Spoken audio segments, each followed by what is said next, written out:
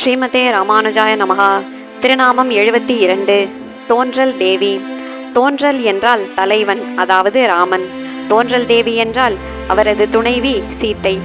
இலங்கைக்கு ராமனால் தூது அனுப்பப்பட்ட அனுமான் சீத்தையிடம் ராமனின் செய்தியை சொன்ன பிறகு அசோகவனத்தை அழித்து அங்கிருந்த அரக்கர்களை தாக்கினார்.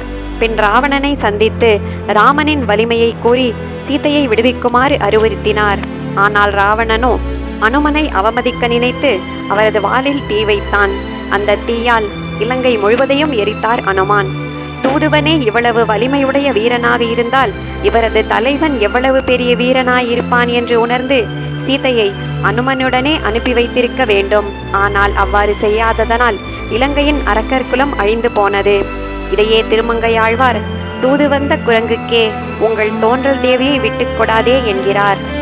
ஆழ்வார் எம்பெருமானார் ஜீயர் திருவடிகளே சரணம்.